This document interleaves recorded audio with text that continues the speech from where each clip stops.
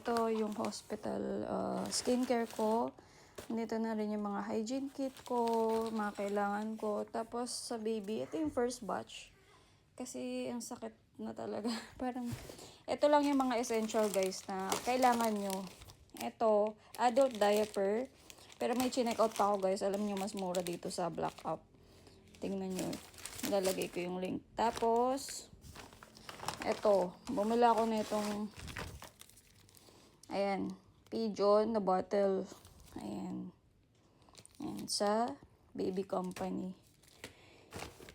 Tapos, ayan, nag-try lang ako guys na itong Mostela na 3-in-1 na siya.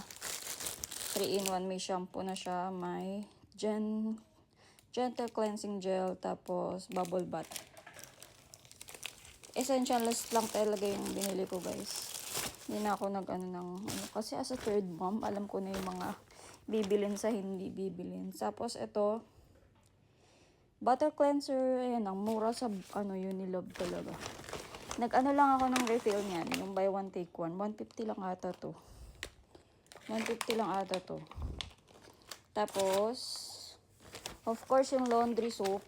Hindi na ako nag-hoard guys, ayoko na mag-hoard. Ayan.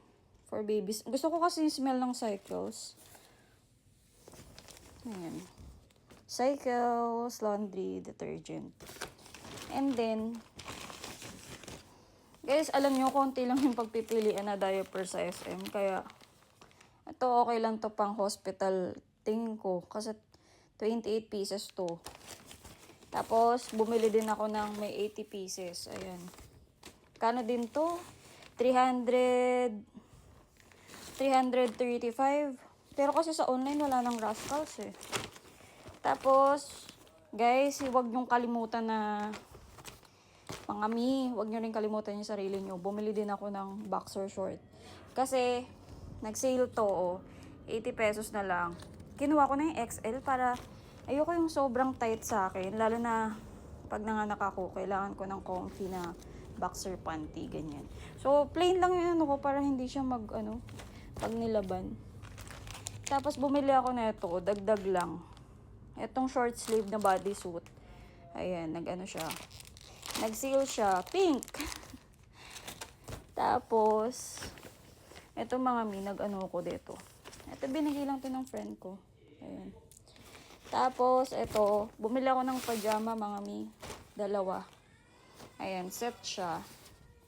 Bumili ako. Magkano to? 699.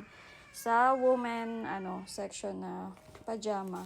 Kasi syempre, gusto ko comfy ako sa ospital. Lalaban ko na rin yan. Tapos, another set. Another set to yun. Yan lang mga pinabili ko kay Apa.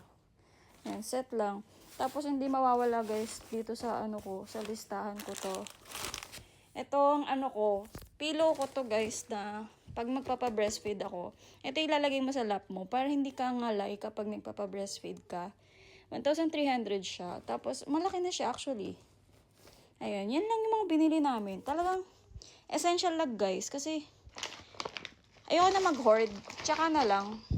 Pero gets ko naman yung ibang mga first time mom na talagang lahat talaga. Kasi yung mga oils, yung mga ganon. Guys, ang dami pa talagang natira. Kasi nga, di ba, mga 1-year-old pa lang yung baby ko. So, hindi siya talaga essential. Tapos, may mga bottle naman ako ng, anak ko na lagayan ng bottle, ganyan. Kaya mga essentials lang talaga yung mga pinagbibili ko. Tapos ito, bigay lang to ng friend ko. Thank you sa friend ko na si Yeye. Ayan. Tapos, ito, pati to, bigay lang din.